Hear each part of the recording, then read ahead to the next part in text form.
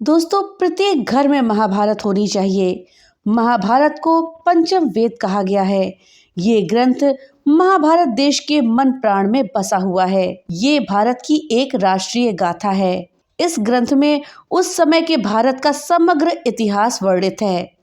अपने आदर्श स्त्री पुरुषों के चरित्रों से भारत के जनजीवन को ये प्रभावित करता रहा है। इसमें सैकड़ों पात्रों, स्थानों, घटनाओं तथा विचित्रताओं व विडंबनाओं का वर्णन किया गया है। महाभारत में कई घटना, संबंध और ज्ञान विज्ञान के रहस्य छिपे हुए हैं। महाभारत का हर पात्र जीवंत है, चाहे वो कौरव, पांडव, कर्ण और कृष्ण हो या फिर दृष्टद्युम्न, शल्य, शिखंडी और कृपाचार्य।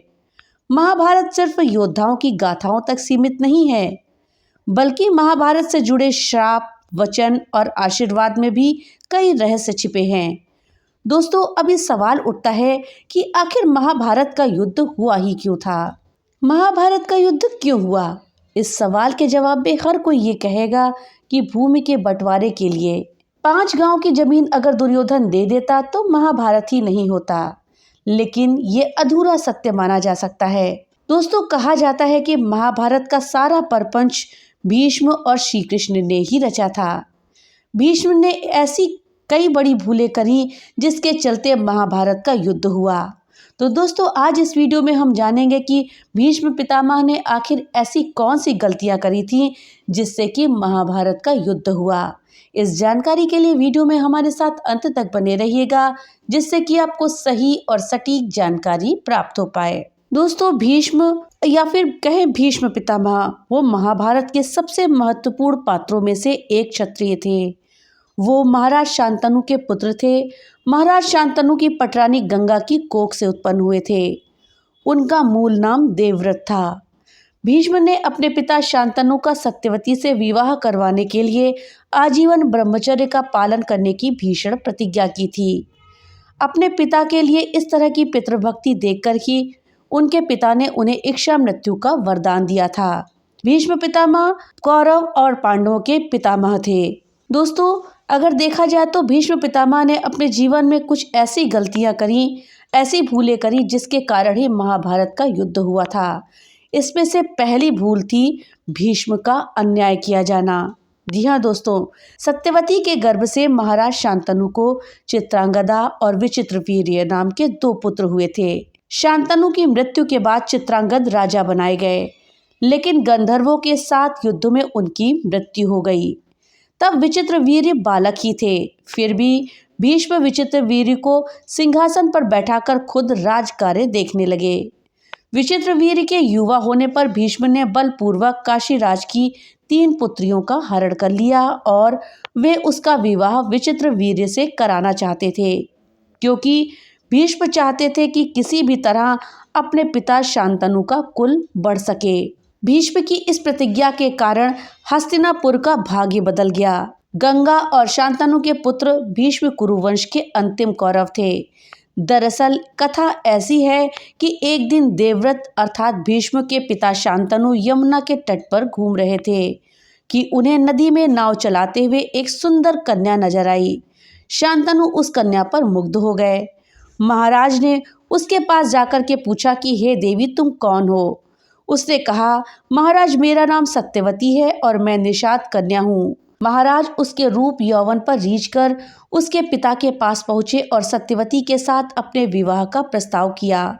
इस पर उसके पिता धीवर ने कहा कि राजन, मुझे अपनी कन्या का विवाह आपके साथ कराने में कोई आपत्ति नहीं है, किंतु मैं चाहता हूँ कि मेरी कन्या के गर्भ से उत्पन्न पुत्र को ही आप अपने राज्य का उत्तराधिकारी बनाएं, तो ही ये विवाह संभव हो पाएगा। निषाद के इन वचनों को सुनकर महाराज शांतनु चुपचाप हस्तिनापुर लौट आए और मन ही मन इस दुख से घुटने लगे। सत्यवती के वियोग में महाराज व्याकुल रहने लगे और उनका शरीर भी दुर्बल रहने लगा। महाराज की इस दशा को देख करके देवव्रत को चिंता हुई। जब उन्हें मंत्रियों के द्वारा पिता की इस प्रकार की दशा होने का पता चला तो वो निषाद के घर पहुंचे और उन्होंने निषाद से कहा, हे निषाद, आप अपनी पुत्री सत्यवती का विवाह मेरे पिता शांतनु के साथ कर दें। मैं आपको वचन देता हूँ कि आपकी पुत्री के गर्भ से जो बालक जन्म लेगा वही राज्य का उत्तराधिकारी होगा। कालांतर में मेरी कोई संतान आपकी पुत्री के संतान का अधिकार नहीं छीन पाएगी। इस कारण से मैं प्रतिज्ञा करता हूँ कि मैं आजन्म अविवाहित रहूंगा। उनकी इस प्रतिज्ञा को सुनकर निषाद ने हाथ जोड़कर कहा, हे देवव्रत, आपकी ये प्रतिज्ञा अभूतपूर्व है। इतना कहकर निषाद ने तत्काल अपनी पुत्री सत्यवती को देवव्रत तथा उनके मंत्रियों के साथ हस्तिनापुर भेज दिया। दोस्तों, भीष्म पितामह अगर इस तरह की प्रतिज्ञा ना लेते और विवाह करते तो शायद ये महाभारत का युद्ध नहीं होता। दोस्तों, भीष्म पितामह के द्वारा की गई दूसरी भूल है कि उन्होंने गांधारी के साथ अन्याय किया था। जी हाँ दोस्तों, उन्होंने गांधारी के साथ अन्याय किया था। ये जानते हुए कि गांधारी नेत्रहीन नहीं है, भीष्म ने जबरदस्ती गांधारी का विवाह धृतराष्ट्र से करा दिया। अपनी बहन से बहुत प्रेम करने वाला शकुनी अपनी बहन के साथ हुए इस अन्याय का बदला लेने के लिए जिंदगी भर चाले चलता रहा, जिसके चलते महाभारत का युद्ध हुआ। किंवदंती है कि उस समय गांधार राजकुमारी के रूप लावण्य की चर्चा पूरे आर्यावर्त में थी।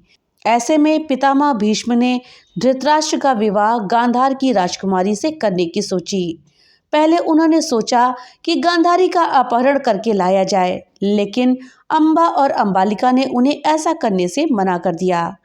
अतः पितामह भीष्म गांधार की राज्यसभा में धृतराष्ट्र का रिश्ता लेकर के पहुंचे, लेकिन उनको मालूम था कि उनका प्रस्ताव ठुकरा दिया जाएगा।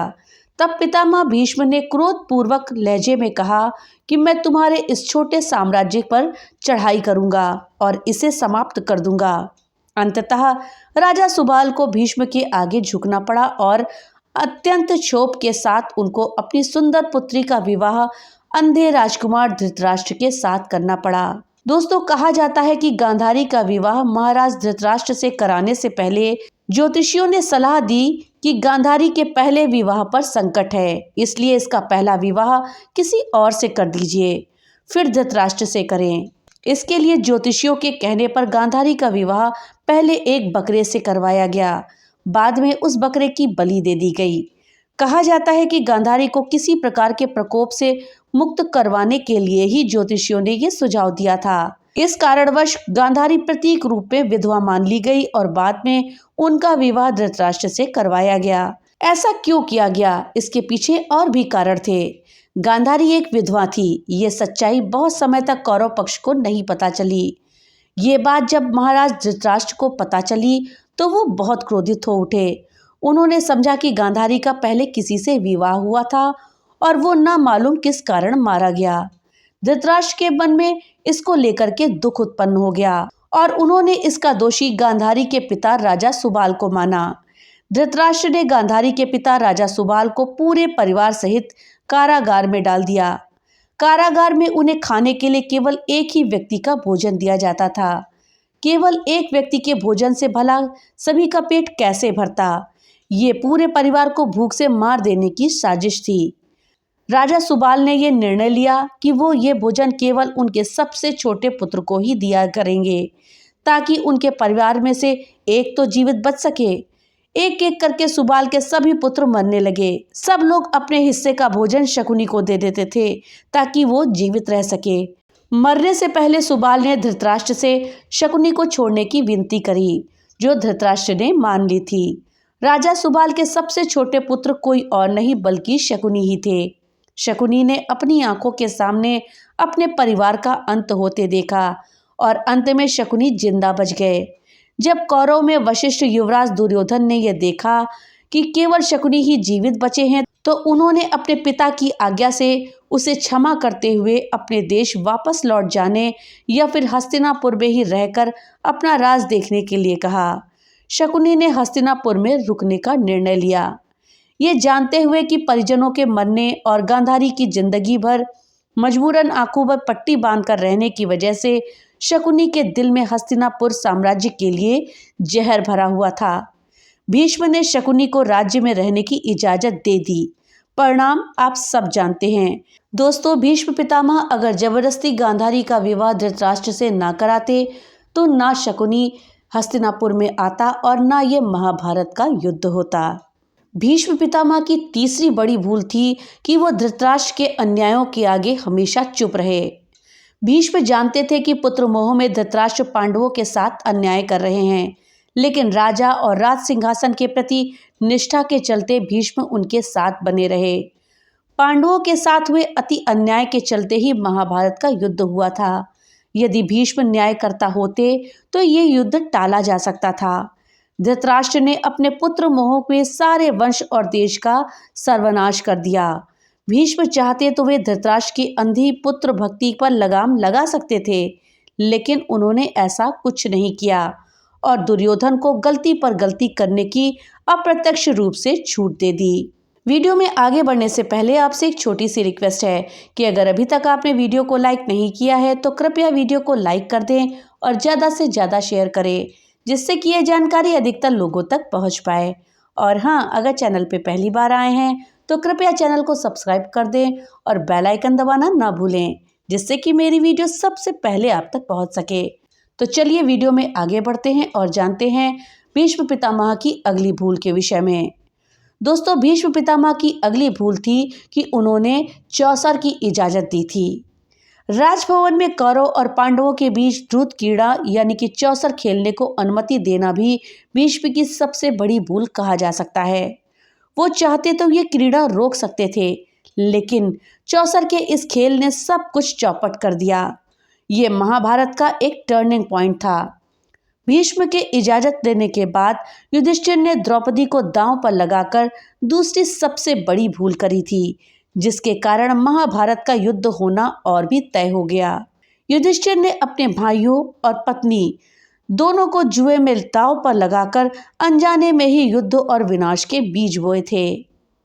ये था युद्ध का चौथा कारण, जो कि भीष्म की भूल के कारण हुआ था। दोस्तों, भीष्म की अगली भूल थी जिसके कारण कि महाभारत का युद्ध हुआ, वो था चीरहरण के समय भीष्म पितामह का चुप रहना। द्रौपदी के चीरहरण के समय भी भीष्म पितामह चुप रहे थे और इसी के चलते भगवान कृष्ण को महाभारत के युद्ध में कौरवों के खिलाफ खड़े होने का फैसला करना पड़ा।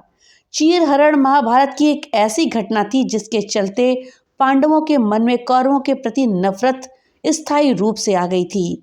ये एक ऐसी घटना थी जिसके चलते प्रतिशोध की आग में सभी जल रहे थे। तो दोस्तों, अगर चीरहरण को भीष्म पितामह रोक देते तो शायद यह महाभारत का युद्ध न होता। भीष्म पितामह की अगली भूल थी कि कर्ण का सत्य उन्होंने छिपाया था। भीष्म जानते थे कि कर्ण पांडवों का ही भाई है, लेकिन उन्होंने ये बात कौरव पक्ष से छिपा कर रखी थी। कर्ण का सत्य छिपाना भी महाभारत का एक बड़ा कारण बना। ये बात भीष्म ने ही नहीं बल्कि श्री कृष्ण ने भी छिपाई थी।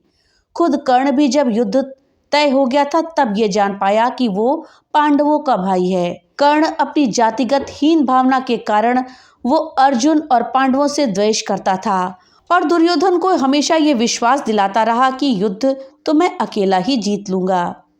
भीष्म पितामह की अगली भूल थी कि उन्होंने राज्य के विभाजन को नहीं रोका था। भीष्म पितामह ही थे राज्य सिंहासन के रखवाले और राज्य कार्य के मामले में निर्णय लेने वाले। धृतराष्ट्र को उनकी हर बातों को मानना ही होता था। जब राज्य का विभाजन हो रहा था तो भीष्म इस विभाजन को रोक सकते थे, लेकिन उन्होंने ऐसा नहीं किया और इसी विभाजन के चलते महाभारत के युद्ध के कारण पैदा होते गए। दोस्तों, भीष्म पितामह ने अगली भूल करी थी अंबा के साथ अन्याय करके। भीष्म की एक प्रतिज्ञा के कारण हस्तिनापुर का भाग्य बदल गया। गंगा और शांतनु के पुत्र भीष्म कुरुवंश के अंतिम कौरव हुए। उन्होंने कौरव वंश को बढ़ाने के लिए कई प्रयत्न किए, लेकिन वो असफल हो गए। शांतनु ने दूसरा विवाह सत्यवती से किया। सत्यवती के गर्भ से महाराज शांतनु को चित्रांगद और विचित्रवीर्य नाम के 2 पुत्र हुए। शांतनु की मृत्यु के बाद चित्रांगद राजा बनाए गए, किंतु गंधर्वों के साथ युद्ध में उनकी मृत्यु हो गई। तब विचित्रवीर्य बालक ही थे। फिर भी भीष्म विचित्रवीर्य को ही सिंहासन पर बैठाकर खुद राज्य कार्य देखने लगे। विचित्रवीर्य के युवा होने पर भीष्म ने बलपूर्वक काशीराज की 3 पुत्रियों का हरण कर लिया और वे उसका विवाह विचित्रवीर्य से करना चाहते थे, क्योंकि भीष्म चाहते थे कि किसी भी तरह अपने पिता शांतनु का कुल बढ़े। लेकिन बाद में बड़ी राजकुमारी अम्बा को छोड़ दिया गया क्योंकि वो शाल्वराज को चाहती थी। अन्य दोनों अंबालिका और अंबिका का विवाह विचित्रवीर्य से करा दिया गया, लेकिन विचित्रवीर्य को दोनों से कोई संतानें नहीं हुई और वो चल बसे। शाल्वराज के पास जाने के बाद अम्बा को शाल्वराज ने स्वीकार करने से मना कर दिया क्योंकि वो हरण कर ली गई थी। अब अम्बा के लिए ये दुखदायी स्थिति हो चली थी। अम्बा ने अपनी इस दुर्दशा का कारण भीष्म को समझा और उनकी शिकायत परशुराम जी से करी। परशुराम जी ने अन्याय के खिलाफ लड़ने की ठानी। उन्होंने भीष्म से कहा कि तुमने अम्बा का बलपूर्वक अपहरण किया है, अतः अब तुम्हें इसके साथ विवाह करना होगा, अन्यथा मुझसे युद्ध के लिए तैयार हो जाओ। भीष्म और परशुराम जी का 21 दिनों तक भयंकर युद्ध हुआ। अंत में ऋषियों ने परशुराम को सारी व्यथा कथा सुनाई और भीष्म की स्थिति से भी उनको अवगत कराया। तब कहीं परशुराम जी ने ही युद्ध विराम किया। इस स्थिति से अम्बा फिर से न्याय मिलने से वंचित हो गई। बाद में अम्बा ने बहुत ही द्रवित होकर भीष्म को कहा कि तुमने मेरा जीवन बर्बाद कर दिया और अब मुझसे विवाह करने से भी मना कर रहे हो। मैं निस्सहाय स्त्री हूँ और तुम शक्तिशाली। तुमने अपनी शक्ति का दुरुपयोग किया। मैं तुम्हारा कुछ भी नहीं बिगाड़ सकती, लेकिन मैं पुरुष के रूप में दोबारा जन्म लूंगी और तब तुम्हारे अंत का कारण बनूंगी। दोस्तों, यही कारण है कि अम्बा प्राण त्याग कर शिखंडी के रूप में जन्म लेती है और भीष्म की मृत्यु का कारण बनती है। दोस्तों, भीष्म ने अगली गलती करी थी कि दुर्योधन की गलतियों पर वो पर्दा डालते रहे। इस कारण से भी महाभारत का युद्ध हुआ। भीष्म जानते थे कि दुर्योधन और शकुनी बुरी नीयत से कार्य करने वाले लोग हैं। राजी और पांडवों के खिलाफ हर बार षड्यंत्र रचने में ही उनका सारा दिन निकल जाता था। ये जानते हुए भी भीष्म ने दुर्योधन को कुनीति और अनीति के मार्ग पर चलने से रोकने का प्रयास नहीं किया। दुर्योधन के द्वारा श्री कृष्ण के 5 गांव की मांग को ठुकराते हुए ये कहना कि बिना युद्ध के मैं सुई के नोक के बराबर भूमि नहीं दूंगा, तब भी भीष्म चुप रहे और दुर्योधन के शांति प्रस्ताव को ठुकराने के कृत्य को नजरअंदाज करते रहे। सत्यवती एक निषाद कन्या थी। उसने शांतनु से विवाह के पूर्व ऋषि पराशर के साथ भी संबंध बनाए थे, जिसके चलते वेदव्यास का जन्म हुआ था। सत्यवती ने भीष्म से बार बार अनुरोध किया कि वो अपने पिता के वंश की रक्षा के लिए विवाह करके राजपाट संभाल ले, लेकिन भीष्म टस से मस नहीं हुए। अंत में सत्यवती ने भीष्म की अनुमति लेकर वेदव्यास के द्वारा अंबिका और अंबालिका के गर्भ से यथाक्रम धृतराष्ट्र और पांडु नाम के पुत्रों को उत्पन्न कराया। दरअसल सत्यवती और शांतनु के पुत्र विचित्रवीर्य की 2 पत्नियां अंबिका और अंबालिका थीं। दोनों को कोई पुत्र नहीं हो रहा था तो सत्यवती के पुत्र वेदव्यास माता की आज्ञा मानकर बोले, माता आप उन दोनों रानियों से कह दीजिए कि वो मेरे सामने निर्वस्त्र होकर गुजरे, जिससे कि उनको गर्भधारण होगा। सबसे पहले बड़ी रानी अंबिका और फिर छोटी रानी अंबालिका गई, पर अंबिका ने उनके तेज से डरकर अपने नेत्र बंद कर लिए, जबकि अंबालिका वेदव्यास को देखकर भय से पीली पड़ गई। वेदव्यास लौटकर माता से बोले, माता अंबिका को बड़ा तेजस्वी पुत्र होगा, किंतु नेत्र बंद करने के दोष के कारण वो अंधा होगा, जबकि अंबालिका के गर्भ से पांडु रोग से ग्रसित पुत्र पैदा होगा। ये जानकर माता सत्यवती ने बड़ी रानी अंबिका को पुनः वेदव्यास के पास जाने का आदेश दिया। इस बार रानी ने स्वयं ना जाकर अपनी दासी को वेदव्यास के पास भेज दिया। दासी बिना संकोच के वेदव्यास के सामने से गुजर गई। इस बार वेदव्यास ने माता सत्यवती के पास आकर कहा, माते, इस दासी के गर्भ से वेद वेदांत में पारंगत अत्यंत नीतिवान पुत्र उत्पन्न होगा। इतना कहकर वेदव्यास तपस्या करने चले गए। अंबिका से धृतराष्ट्र, अंबालिका से पांडु और दासी से विदुर का जन्म हुआ। तीनों ही ऋषि वेदव्यास की संतान थीं। धृतराष्ट्र से किसी प्रकार का पुत्र न मिलने पर गांधारी के साथ भी वेदव्यास ने वही किया जो अंबिका और अंबालिका के साथ किया था। वेदव्यास की कृपा से ही 99 पुत्र और 1 पुत्री का जन्म हुआ। पांडु तो अपनी पत्नी कुंती और माद्री के साथ जंगल में चले गए थे, जहां उनकी मृत्यु हो गई थी। कुंती और माद्री ने क्रमशः सूर्य, पवन, इंद्र और अश्विन कुमारों के साथ संबंध बनाकर 5 पांडवों को जन्म दिया था। तो दोस्तों ये थी जानकारी महाभारत में की गई भीष्म के द्वारा 10 भूलों के विषय में। जो वो भूलें अगर भीष्म पितामह ना करते महाभारत में तो महाभारत का युद्ध शायद नहीं होता। जानकारी आपको कैसी लगी हमें कमेंट बॉक्स में लिख करके जरूर बताइएगा। तो मिलते हैं अगली नई वीडियो के साथ, तब तक के लिए राधे राधे।